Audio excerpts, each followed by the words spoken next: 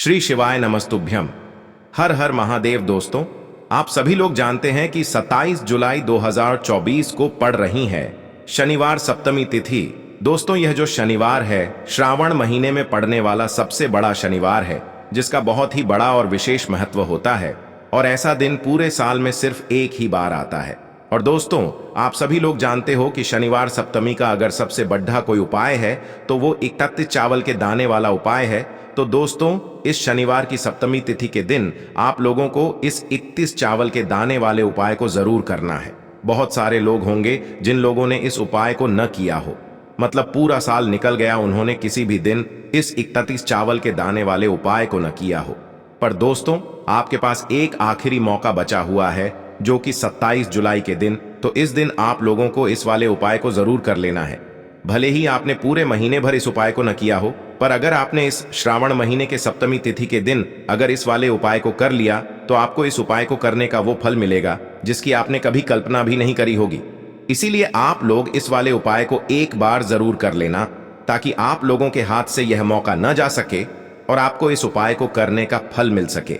दोस्तों, यह उपाय पंडित जी ने अपनी अभी की ही शिव महापुराण की कथा में बताया है, जिस उपाय को आज हम आपको बहुत अच्छे से समझाने वाले हैं। इस वीडियो को देखने के बाद इस उपाय को समझने के लिए आपको कोई और वीडियो को देखने की जरूरत नहीं पड़ेगी। तो चलिए दोस्तों, उपाय को शुरू करते हैं। देखिए, यह श्रावण महीने के शनिवार के दिन यह इतना खास होता है, इतना महत्वपूर्ण होता है। देखा है कभी कभी बड़े बड़े पूजा पाठ अनुष्ठान से जो मनोकामना पूर्ण नहीं होते, वो श्रावण महीने के दिन एक छोटे से उपाय करने से ही आपकी मनोकामना पूर्ण हो जाती है। और बहुत सारे लोगों ने इस उपाय को किया भी है और उनको इस उपाय को करने का फल भी जरूर मिला है। अगर आप लोग भी इस उपाय को करना चाहते हैं तो आप इस उपाय को पहले अच्छे से समझ लेना, सुन लेना, उसके बाद करना। आपको इस उपाय का फल जरूर मिलेगा। और इस उपाय को कर लेने से आपके घर में चाहे किसी भी प्रकार की दुख और समस्या क्यों ना चल रही हो, आपको उसका कारण भी नहीं पता है कि भाई यह समस्या किस कारण से चल रही है, उसका कुछ भी कारण हो सकता है, जैसे पितृ दोष हो सकता है या किसी भी तरह का मंगल दोष भी हो सकता है। तो इस दिन आप लोगों को यह वाला उपाय कर लेना है। यह एक ऐसा उपाय है जिस उपाय को अगर किसी विशेष दिन पर किया जाए तो भाई उस विशेष दिन का जो है वह तो हमें मिलता ही मिलता है, पर हमने उस दिन पर इस उपाय को किया है तो हमें उससे भी बड़ा फल मिलता है। और फल बहुत जल्दी मिलता है, क्योंकि आप इस उपाय को बहुत ही बड़े और विशेष दिन पर कर रहे हो। तो चलिए अब उपाय के बारे में बात करते हैं, लेकिन उससे पहले आप लोगों को यह जानना आवश्यक है कि आखिर यह उपाय किस समय करना है, किसको करना है और कैसे करना है। तो चलिए हम आगे आपको वीडियो में एक एक करके बता देते हैं।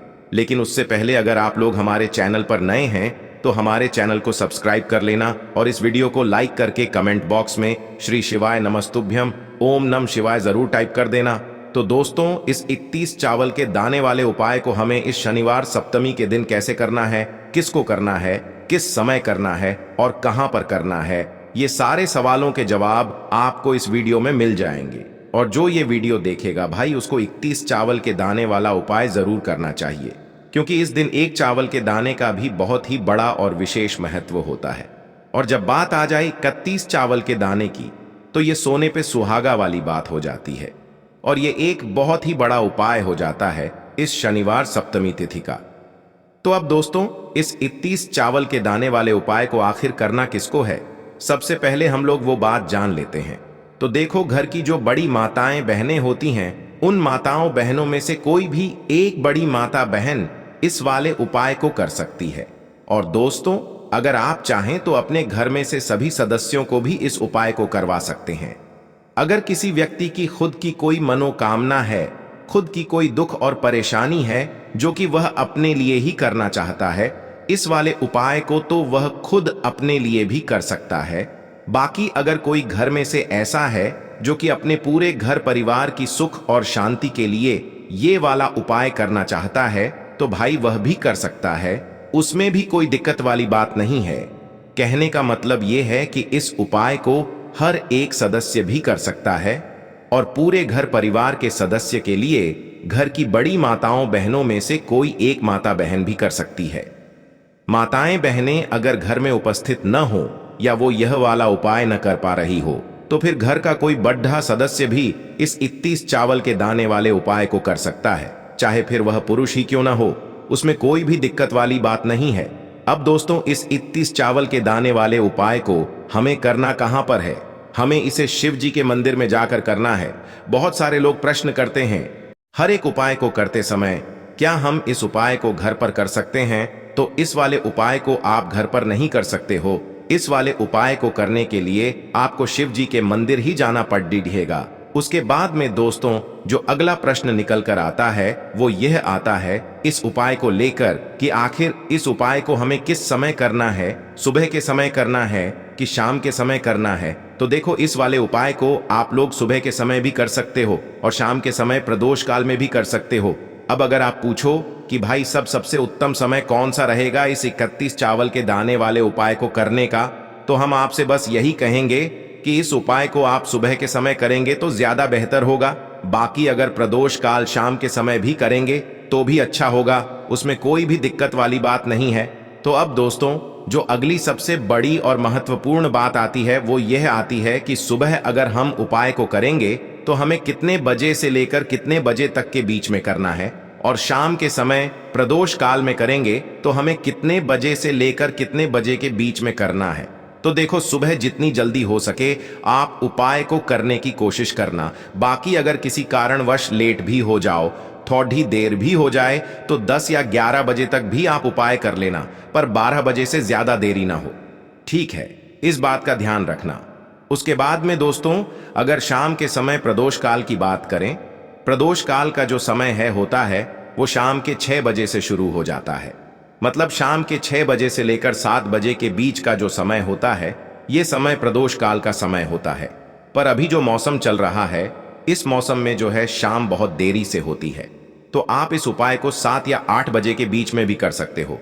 मतलब शाम के 6 बजे से रात 8 बजे के बीच में आप कभी भी इस वाले उपाय को कर सकते हो, उसमें कोई भी दिक्कत वाली बात नहीं है। अब दोस्तों, यहाँ पर इस उपाय को लेकर एक और सबसे बड़ी बात ये निकल कर आती है कि इस 31 चावल के दानों को हमें लेना कहाँ से होता है, और हमें इस उपाय को करने के साथ में क्या और कुछ भी सामग्री ऐसी होती है जो शिव जी के मंदिर लेकर जानी पड़ती है।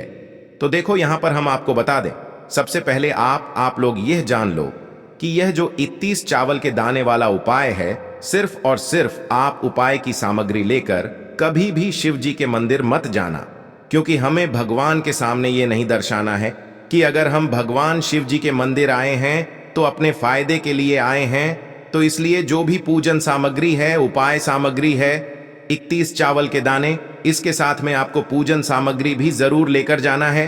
देखो, अगर सुबह के समय उपाय कर रहे हो तो सीधी सी बात है, 1 लोटा जल तो आप लेकर जाओगे ही जाओगे। वही 1 लोटा जल अगर मिट्टी का जल हो तो बहुत अच्छा रहेगा। मिट्टी का जल कैसे बनाया जाता है, इसके लिए हमने पहले से बहुत सारी वीडियोस बना दी है। आपके पास इस दिन एक आखिरी मौका रहेगा मिट्टी का जल शिव जी पर चढ़ाने का, और उपाय को करने का बहुत बड़ा आपको इस दिन फल मिलेगा। तो इसीलिए इस दिन हो सके तो भाई मिट्टी का जल चढ़ाना तो अपने साथ में कम से कम 1 लोटा जल तो आपको लेकर जाना ही जाना है। अगर मिट्टी का जल नहीं है तो घर का जल भी आप इस्तेमाल कर सकते हो। इसके अलावा जो भी पूजन सामग्री है, देखो 31 चावल के दाने ये अलग आपके रहेंगे, और जो आपकी पूजन सामग्री रहेगी वो अलग रहेगी। पूजन सामग्री में आप जो भी चीज लेकर जाना चाहे वो लेकर जा सकते हैं। एक बेलपत्र भी लेकर जा सकते हैं, उसमें कोई भी दिक्कत वाली बात नहीं है। वहीं अगर हम बात करें शाम के समय की, तो शाम के समय शिव जी पर जल नहीं चढ़ता है, इसीलिए शाम के समय आप लोग एक दीपक तैयार कर लें, जो कि गोलबत्ती का, आटे का, शुद्ध देसी गाय का घी का होगा, है ना। इस बात का आप लोगों को ध्यान रखना है, और इस दीपक को आपको घर से जलाकर नहीं लेकर जाना है, भगवान शिव जी के मंदिर में जाकर ही जलाना है। इस बात का भी आप लोगों को ध्यान रखना है। अब दोस्तों, यहाँ पर हमें इस बात को समझना है कि यह 31 चावल के दाने हमें लेना कहाँ से है। क्या हमें दुकान से लेकर आना है, या हमें अपने घर से लेना है, या कहाँ से लेकर आना है, और कौन से चावल लेना है, क्योंकि चावल भी बहुत प्रकार के होते हैं। तो देखो, इन सभी सवालों के जवाब आप लोग एक बात में सुन लो कि भाई ये जो उपाय है, इस उपाय में आपको ये नहीं देखना है कि भाई कौन से चावल है, कौन से चावल नहीं है। बस जो भी चावल ले रहे हो वो चावल का दाना सबूत होना चाहिए। मतलब साबुत होना चाहिए, टूटा हुआ नहीं होना चाहिए, कटा पिटा नहीं होना चाहिए। ये बात आपको ध्यान रखना है। बाकी आपका चावल बासमती हो या सादा चावल हो या कोई सा भी चावल हो, उसमें कोई भी दिक्कत वाली बात नहीं है। तो सीधी सी बात है कि आपके घर के रसोई घर में जहां पर आप भोजन बनाते हो, वहां पर जो भी चावल आपके उपस्थित हो, उन चावलों में से अपनी एक कटोरी भर लेना या एक मुट्ठी चावल अलग से निकाल कर रख लेना, क्योंकि हम 31 चावल ही यहाँ पर इस उपाय में लेने वाले हैं। तो हमें यह चावल के दाने गिनकर निकालने पर डिढेंगे। इस बात का आप लोगों को ध्यान रखना है। तो अपने उस चावल की कटोरी में से या चावल में से 31 ऐसे चावल के दाने आप लोग निकाल लो जो कि टूटे हुए ना हो, कटे पिटे ना हो, जिनमें कोई दाग ना लगा हुआ हो, है ना।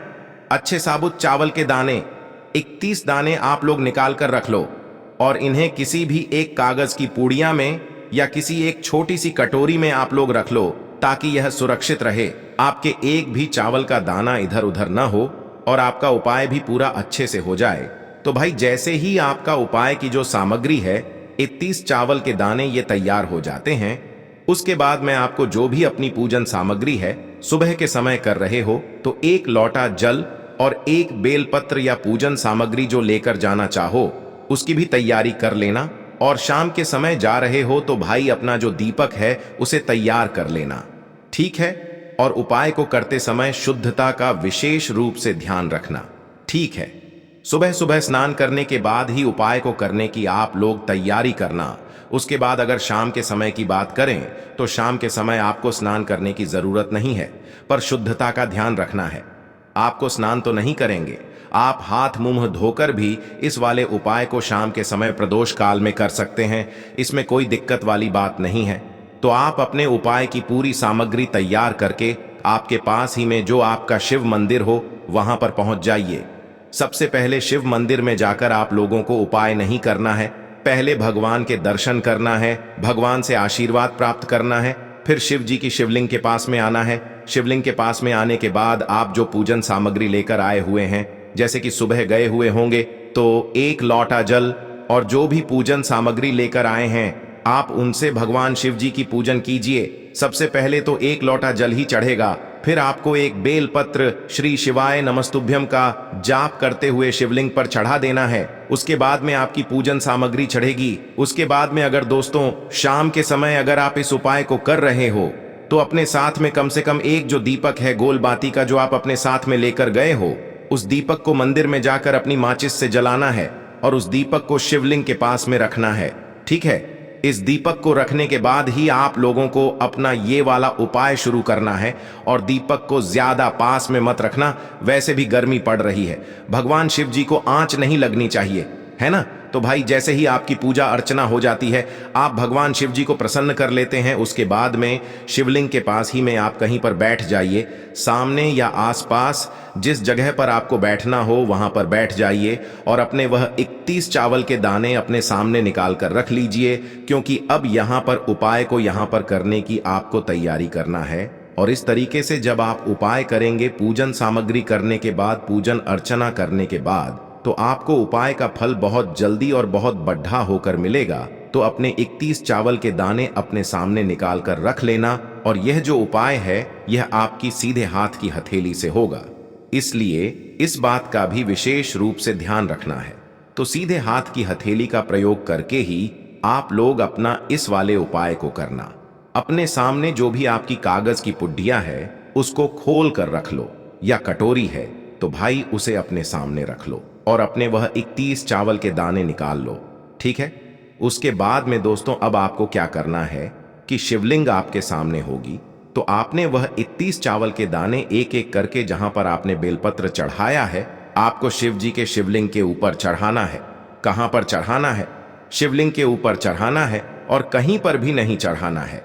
आपको अपने हथेली से तो शिवलिंग के ऊपर चढ़ाना है, भले ही फिर वो अपने आप जलाधारी पर गिर जाए या मतलब वहीं पर गिर जाए, उसमें कोई दिक्कत वाली बात नहीं है, पर आप चढ़ाओ शिवलिंग के ऊपर ही। तो आपको क्या करना है, अपना पहला चावल का दाना उठाना है, श्री शिवाय नमस्तुभ्यम बोलना है और शिवलिंग पर चढ़ा देना है। इसी तरीके से दूसरा चावल का दाना उठा है, शिवलिंग पर चढ़ाना है और मंत्र बोल देना है। और फिर तीसरा चावल का दाना उठाना है, श्री शिवाय नमस्तुभ्यम बोलना है और चढ़ा देना है। इसी प्रकार से आपको पूरे 31 चावल के दाने एक एक करके शिव जी के शिवलिंग के ऊपर चढ़ाना है और भगवान से प्रार्थना करते जाना है।